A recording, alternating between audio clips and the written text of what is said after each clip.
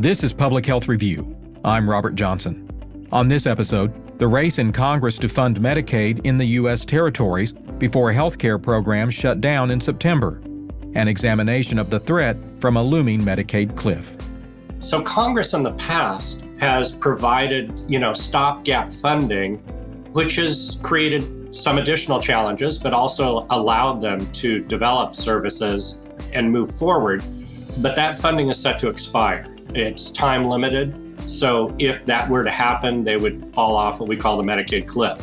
I asked for full-like treatment as a state so that we can actually be able to provide the necessary medical treatment that we need for the members of our community. It's American citizens involved, and that discriminatory healthcare funding has no place in the 21st century and has no place in equal treatment for all American citizens. Welcome to Public Health Review, a podcast brought to you by the Association of State and Territorial Health Officials. With each episode, we explore what health departments are doing to tackle the most pressing public health issues facing our states and territories. Today, we examine a September deadline to fund Medicaid programs in the territories, islands in the Atlantic and Pacific Oceans, part of the United States, but operating federal health care programs with less funding than is given to jurisdictions on the mainland.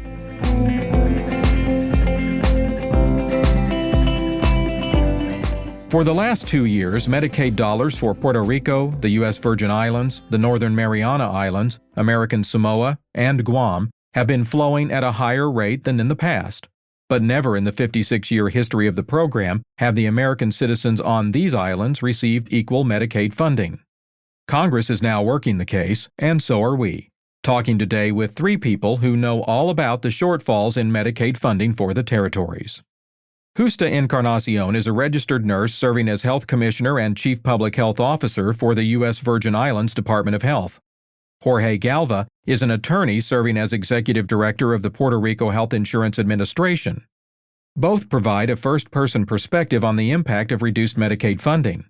But first we get a national policy view from Carl Ensign, Vice President for Territorial Support at ASTO. The first question: how has the funding disparity survived this long? It's an interesting one and one that I think is really inhibiting service delivery and program development out there. So there are 5 territories within our 8 island jurisdictions. And it's important to realize that citizens who reside within those territories are U.S. citizens, just like you and me. So they are treated similarly, yet sometimes inequitably. And one of those ways that there is inequity is with respect to Medicaid reimbursement. So there are really 2 parts to that. There's the federal match, which is artificially set at 55%. Many people estimate it should be more like 83%. So they have a higher match they have to provide to draw down federal dollars. And then their allocations are artificially capped as well. And that just creates real problems out there. I could get more into why Medicaid is so important, but that creates real problems. So Congress in the past has provided, stopgap funding, which has created some additional challenges, but also allowed them to develop services and move forward. But that funding is set to expire. It's time limited. So if that were to happen, they would fall off what we call the Medicaid cliff. Large parts of their programs would effectively be defunded without congressional action. And that extra money that the territories have been operating with the last 2 years has allowed them to do more, essentially now creating what you could argue is an even bigger cliff, right? Because they've added people to their roles, they've expanded programs. And if all that goes away, not only are they bouncing back to where they were before, but a lot of people who've been getting care that didn't have it before will be back in that situation again. So it's worse, isn't it? Exactly. No, that's exactly right. And, I think it's important to realize that this is penny wise and pound foolish for several reasons, but one of which is that because these are U.S. citizens, they can travel and will travel to other jurisdictions to receive uncompensated care at a higher level of care at that point. People are best treated within their communities, within their jurisdictions, and that's where we want to build healthy, vibrant, comprehensive systems of care. But they will travel to other jurisdictions and receive treatment, but it will be more expensive and borne by the hosting jurisdiction. How is public health in the territory specifically impacted by this approach? Can you give us a few examples? Yeah, I mean, two things. It inhibits the ability to do long-term strategic planning unless they take a chance that the funding will be there. So there's this, I don't want to say fight, but there's this tension between our public health officials and the governor about moving forward if funding is time limited and might expire. So that's one challenge. The second challenge is that historically, although Congress has provided more funding, and that's great, and we're appreciative of that, they have not increased the match. So our territories are resource poor in comparison to states. So they are not always able to pull down those excess federal dollars that are provided to them because they would have to come up with 45 cents on the dollar. And that can be, again, a fairly steep proposition, especially if you're looking at something that may evaporate in 2 to 3 years. So it's really those two challenges that put them at a severe disadvantage in comparison to our state health officials. We'll see what happens in Congress. It would probably be unwise to try to get into the weeds about this latest proposal because it's new and there's some work to be done. But generally, the reaction is positive, right? We're excited that there are people on both sides of the aisle taking up this question now, seemingly with time to get it done before September. That's correct. No, we're very appreciative that the House is looking at this and making a sincere effort to correct it. Now, it doesn't achieve full equity. Again, this would be another stopgap measure, and Puerto Rico is actually treated differently than the other territories. We don't quite know why. They have put in place many quality control measures with respect to their funding so that they can report on where that funding is going. They've done many good things. And frankly, they've been really hard hit by public health emergency after public health emergency. So there are a number of challenges with it. It's not a long-term equitable solution. Key committees on the House side have reached agreement, which we're very appreciative that they're paying attention to this. The Senate's a bit of an unknown. And again, this would be another, what we call a stopgap measure, but a very promising one. And we're very excited about the prospect of this passing. What happens if it doesn't get done by September? Well, if it doesn't, then automatically the Medicaid cliff goes into effect. And that would simply be devastating in terms of the planning and service delivery that our members have carried out in our jurisdictions in the Pacific and the Atlantic. Many people would lose care. It's just a real unknown. We can kind of project what would happen, but it would be simply devastating. This system was set up 56 years ago. 1965 was the year. Why do you think we're still having this debate about how to fund Medicaid in the territories? Yeah, well, I think it comes from several places. One, I think these are small, isolated populations far from the mainland that, quite frankly, don't have the political clout that our states do. They don't have voting representatives in Congress. So I think they're easily overlooked, would be one answer. Secondly, I think there's a misunderstanding. I think often people think they're separate countries or something like that. They don't realize these are U.S. citizens that happen to reside in what we call a territory, as opposed to a state or the District of Columbia. So there's that element as well. Thirdly, it costs money. And in this environment, anything that costs money is looked at and scrutinized. And there's not always the willingness to pony up the additional dollars to make that happen. Fourth, on the flip side, which is kind of interesting, we sometimes run into the fact that this is such a small amount of money, it doesn't capture people's attention. In the big scheme of things, in the Medicaid dollars, this is really an infinitesimal fraction of the total Medicaid dollars going out. So it doesn't always rise to the top with respect to those people that are aligned with advocacy on this front. But I will add, this is a tier 1 legislative priority for ASTO, that we achieve Medicaid equity with all our members. And we have joined with the National Governors Association and the National Association of Medicaid Directors to educate and advocate on behalf of our members in the Pacific and the Atlantic to make this happen. Finally, I've not asked you the COVID question, which is one we've been raising a lot over the last year and a half. It certainly has put public health front and center across the country and in the territories. Do you think that the pandemic has had any influence at all on this debate now? Do you think it's going to help get this problem solved eventually, ultimately? I would hope so.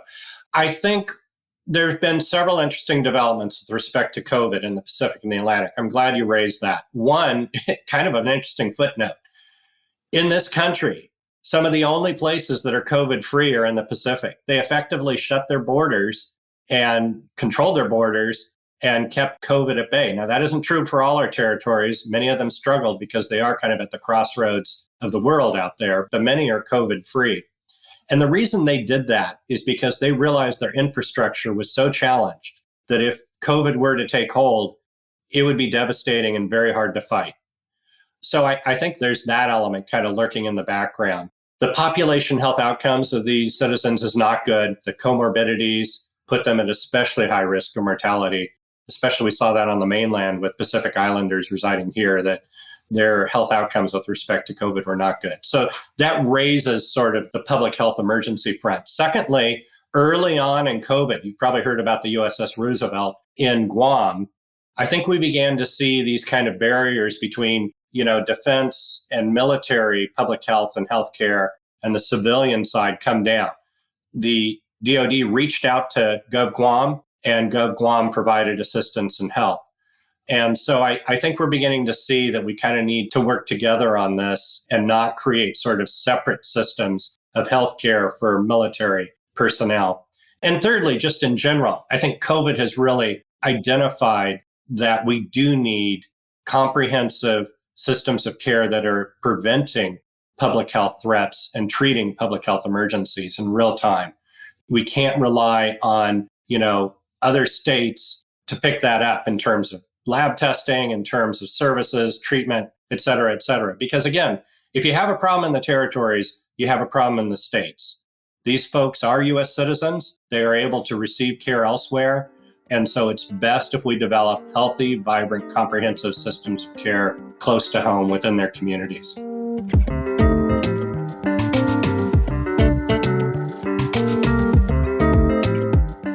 Justa Encarnacion is a native of the U.S. Virgin Islands. Today, she directs public health programs there. She's grateful that Washington is working on a plan to help the territories avoid the Medicaid cliff, but she knows that even with the proposals being discussed right now, there will be more work needed to achieve full funding parity with the states. It still decreases the type of care that we can give because there is definitely a match to that. However, the match is significantly different than what we had pre-COVID or pre-storm exposure. And so we were at a 55-45 match. This actually brings us to a 83-17 match, which is also is very helpful. It's going to allow us to go ahead and provide a lot of the services that we have now implemented. But with that match, we still have to make some decisions. What is it that we actually can afford to keep? How do we make those decisions? What do we have to cut? And do we have to cut anything? We know that we will be having some supplemental funding coming from COVID for some time now, and we may be able to shift funding to support our medical care because, of course, medical care is one of Governor Bryan's highest priority measures. So we know that we can balance that from that perspective. However, it impacts us on a long-term basis if that continues. So what you know about the deal that's being talked about now on the Hill is that there's more money for the territories, but it's still not a 100% contribution from Washington. You have to match a little bit of that, not as much as you had to match before COVID. Correct. How do you feel about that? Is that better? Are we inching our way toward progress here, or does more need to be done? Well, I think that even if we go to, let's say, if we ask for equity, like the other states have, I know that there is going to be a progression that needs to be made. And that is not going to come 100% at the immediate time. There is going to have to be a progression as to where we are in reference to phases. And so we ask for us to be able to have equity from a state perspective, even if it means looking at it from a phased approach, maybe 2, 3, 4 years phased approach, to allow us to get there so that we can actually afford to offer. It's not about the healthcare providers 100%. It's actually about the community members and the people that we actually offer the services to. Community members have the need they do not always know exactly what type of services can be provided to them. For example, right now they have access to more care than they've had in some time. And so now they're becoming more comfortable with what we have. So it's not just an impact of the finances being cut, but it's also going to be an emotional impact to the individuals who are now becoming accustomed of having more access to care. So there is always that behavioral health aspect of what's going on as well. The early discussions have this reduced amount of contribution from the territories. We don't know how this will end up when all is said and done. The numbers could be different. We just don't know that. It's too early to tell.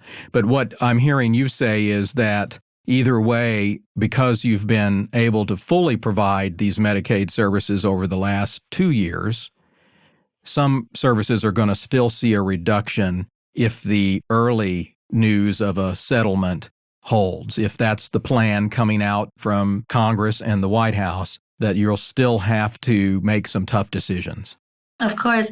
I actually had a discussion with Gary Smith. He is the director of the Medicaid program in the Department of Human Services.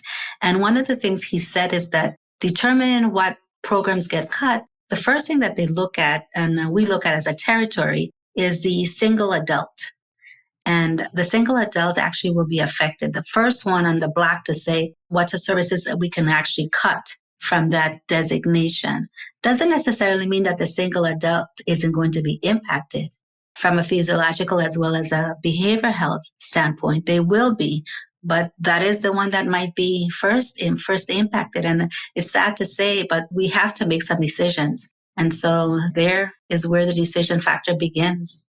And that's just because the Virgin Islands, or maybe some of the other territories for that matter, don't always have the budget to make up the match, correct? Correct. And I have to say that there is a balance, and Governor Bryan is really working hard along with our Director of OMB, Jennifer O'Neill, to see how we can actually utilize the federal funds that are being allotted to us, because you know that a reduction in spending, a reduction on not expenditure, but in reference to how much money you're actually bringing in, that actually is something that we can actually play with a little bit in terms of federal guidelines and the use of funds. So for a very short period of time, we will be able to compensate for the lack of that funding. However, how long can we do that based on the fact of COVID? And we're happy to say this is not going to be here forever. We don't want it by any means to be here forever, but the federal funds that come with it might allow us to balance that for a very short period of time. Why do you think this has been such a difficult problem to solve, this funding issue for the territories? I think one of the reasons is a true lack of understanding of the needs of the people of the territories. That is Puerto Rico, that is the other islands as well, the Pacific Island, as well as the island in the Atlantics. Now, we've always been challenged with equity. The Virgin Islands being a territory, being separated from the contiguous United States, those in the mainland not really understanding who we are, what we are, how difficult it is to not just be able to transport our patients from here elsewhere, but also be able to understand what we need to do to bring services, to bring equipment and supplies to the territory. That is also an additional cost to do so. So I think to the most part is a lack of understanding and a lack of, I would say, wanting to look at us in the same, even though we're smaller, there's states in the mainland that too are smaller, and looking at us as an equal portion of what the other states or these states are actually being able to be provided with. We need to see more equity. We need to see the parity that others within the contiguous United States actually are seeing. They compare us sometimes to Puerto Rico. Also, as much as Puerto Rico is our sister island, and as much as we embrace those from Puerto Rico, I think that we have to acknowledge that the percentage of the population in Puerto Rico sometimes inhibits the funding source that's linked to the other territories as well. So given this latest development and the opportunity to talk on this podcast, we suspect some policymakers either on the Hill or at the White House might be listening. What would you want to say to them right now about this challenge, about the importance of good health care in the U.S. territories, about the need to once and for all solve this problem?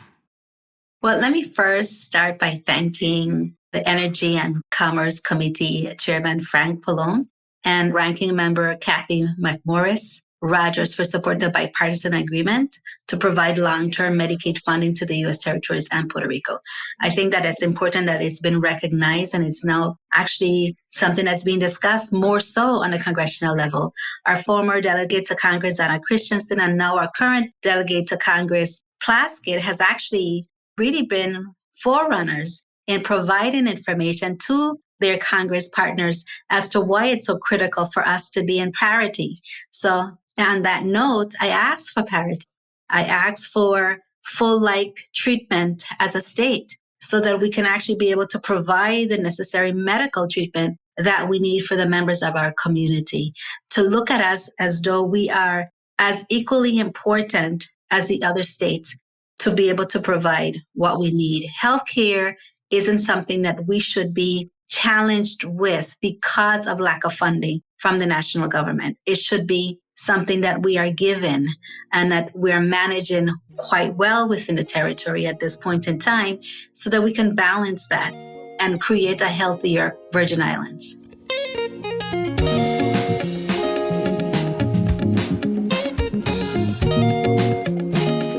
Jorge Galva lives in the details of Medicaid funding, directing delivery of these programs across Puerto Rico. He knows precisely what would happen to healthcare programs if the territories went over the Medicaid cliff. The last 2 years, approximately, you've had a temporary boost in funding, more money than you would normally get from what we understand. Can you talk a little bit about how the last 2 years have been compared to all of the time before that as it relates to delivering Medicaid services to people in PR? Back when the Medicaid was put together in 1965, Puerto Rico, unlike the states, was capped in terms of the federal contribution to the Medicaid funding to run the program. And this cap, which is included at Section 1108G of the Social Security Act, this cap has been modified over time since 1965 to this date. However, it has remained very low when compared to the real need for the funding of the program. So Puerto Rico has gone through a series of different evolutions where we have received increased funding from other sources, but that cap is still in the books. And of course, that is the source of our constant efforts to get increased funding from the federal government or get rid of the cap. Now, in asking about the last 2 years, what Congress did back in December of 2019 was to approve a couple of years of supplementary funding for Medicaid in Puerto Rico. They added approximately $2.6 billion for federal fiscal 2020 and $2.7 billion for the next year for fiscal 21. This is compared with the cap that is still in the books for Puerto Rico of approximately $400 million. So you can see the difference between the cap and the supplementary funding that we received. The effects of the supplementary funding in Puerto Rico were very well felt and have helped us to progress tremendously in several areas of concern. And those are divided in two different aspects. One of them is providing increased funding for increased reimbursement for our providers, both medical providers and hospital providers. And on the other side, increasing benefits for our beneficiaries, which took the shape of an increase in the Puerto Rico poverty level to 85% of the federal poverty level, allowing almost 200,000 additional people to come into the program on the strength of increasing the poverty level, which was artificially low. And in addition to that, we were able to fund and are still funding a program for the eradication of hep C, which is a huge public health problem in Puerto Rico. We received funding to provide an oral therapy that actually cures the infection in those afflicted by hep C. And this program is still running, and we have already provided care for hundreds of people. So in speaking of the advantages that Puerto Rico received from this additional funding, we have a strengthened health sector with additional reimbursement for hospitals and for providers. And on the beneficiary side, we have an increased number of beneficiaries who became eligible with the increased poverty level. And in addition to that, the funding of the hep C program. So all of these improvements you've been able to make over the last 2 years, given the incredible amount of additional money you've received make this Medicaid cliff issue even more serious, because you're talking about a lot of people being affected if your funding levels go back to the way they were. That is true, and we already measured the potential effects of going over the cliff. If that were to happen, instead of having the amount of money that we have now, which with our state pairing and self-funding that we get from diverse programs, we have approximately $3.7 billion available to fund the program. If we went over the cliff, federal funding would be reduced from $2.8 billion. It would be reduced to approximately $600 million, which includes the capped amount in the Social Security Act and some additional amounts of money that come through CHIP and other programs. And those would add up to approximately $600 million. The territorial government would be forced to put some more money on the table to try to mitigate the gap. But even with that extra money, and according to the baseline budget approved by the Oversight Board and ultimately approved by the governor just a few weeks ago, we would be able to fund approximately $2.4 billion out of the extra money assigned to the program and the federal funding. What does that mean? It will leave us a gap of approximately $1.3 billion between the actual expenditures of the program and the amount of money we would receive if we went over the cliff. What would the effect be? First of all the additional programs would have to go out the door. So the supplementary reimbursement for our hospital and physician providers would be cut. The Hep C program would be eliminated. And most importantly, the almost 200,000 people that were added to the rolls of the Medicaid program would have to go. But it doesn't stop there, because that would not be enough money, enough cuts to balance the books. In addition to disenrolling these almost 200,000 people, we would have to disenroll an additional 300 to 400,000 people from the program, for a total of between 500,000 and 600,000 people disenrolled as a consequence of going over the fiscal cliff. So as you can see, the negative effects on the program in Puerto Rico would be tremendous, and the ripple effects through our healthcare system would also be very significant, to the point that some hospitals would have to significantly reduce their operations or close altogether. And we would have a renewed impetus to the brain drain that we have been suffering on the medical side since 2005, where we have seen a flight of physicians leaving Puerto Rico because of the poor reimbursement they received here, especially in regards with Medicaid reimbursement. This doesn't sound like a Medicaid cliff. This sounds more like a Medicaid crisis. Yeah, that would be a good way to put it. And I think that that deserves a little bit more elaboration. One of the problems that Puerto Rico has been suffering historically is that Medicaid has been chronically underfunded since 1965. We have never received the amount of federal funds from the federal government that we would receive if we had anything resembling parity to the states. That has produced a weakened healthcare system that is reflective of the fact that we insure approximately 47% of our population under the Medicaid program, which are medically indigent people. But if you contrast that with the amount of dollars that fund the entire health insurance system for Puerto Rico, we only receive 22% of the entire money devoted to insuring health care in Puerto Rico. So you can see the contrast. We insure 47% of the population as medically indigent population, but only receive 22% of the entire pie of funds devoted to health care for our entire population on the island. Yes, it is a crisis, an ongoing crisis, because that weakness has carried over from decade to decade since the inception of the program. And Puerto Rico has been chronically unable to close the reimbursement gap that would provide us not only a much healthcare system, financially speaking, but would also allow us to fund some programs that Puerto Rico is unable to fund at this point. And just to add this to the mixture, we will still be unable to fund that in the near future, even though we are receiving a reauthorization of funds on the strength of a bipartisan agreement that was reached only recently last week. Well, let's talk about that for a moment. You know, things relating to any work Congress does can change from moment to moment. But generally speaking, How are you feeling about this latest news that Republicans and Democrats in the House Energy and Commerce Committee are getting together and want to try to address this?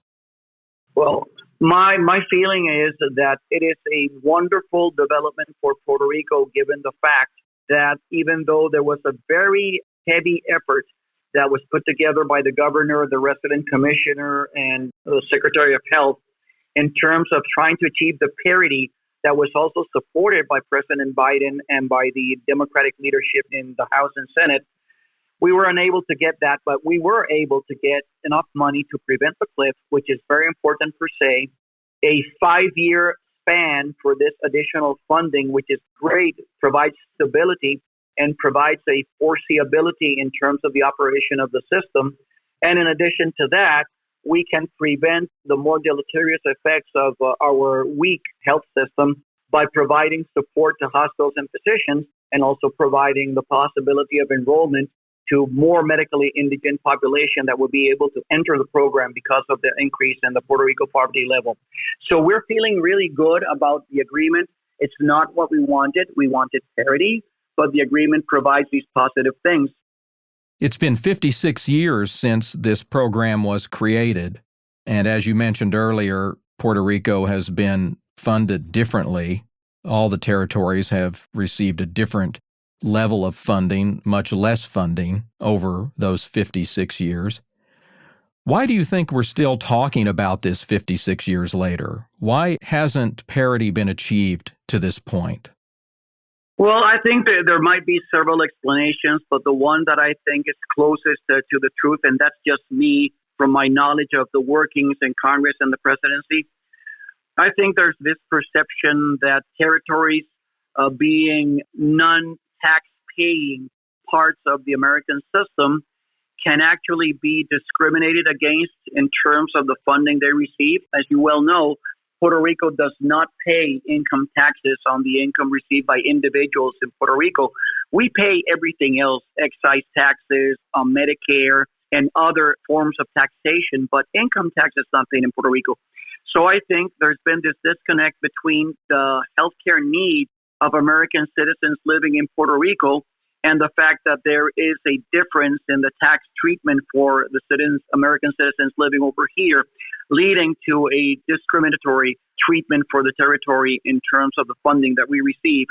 I think that this kind of approach maybe resonated decades ago, but nowadays I think that equal treatment to all American citizens, despite and regardless of the fact that there might be a different tax treatment, is the way to go. And I think that that message has to be taken, and we have to make use of these 5 years of extra funding to make sure that the message resonates and gains traction on the Hill, make sure that they understand that this is a healthcare need, it's American citizens involved, and that discriminatory healthcare funding has no place in the 21st century and has no place in equal treatment for all American citizens.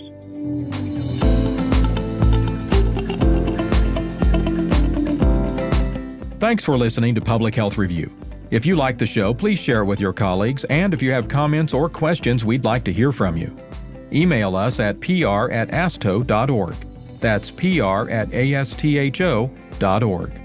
Also, we'd love it if you could leave us a rating and a review. That's another great way to give us feedback. Finally, make sure you never miss another episode by subscribing to the show. It's free, and it guarantees that every new conversation will be delivered to your mobile device the moment it's posted. Look for the subscribe button on Apple, Spotify, or anywhere you get your podcasts. This show is a production of the Association of State and Territorial Health Officials. For Public Health Review, I'm Robert Johnson. Be well.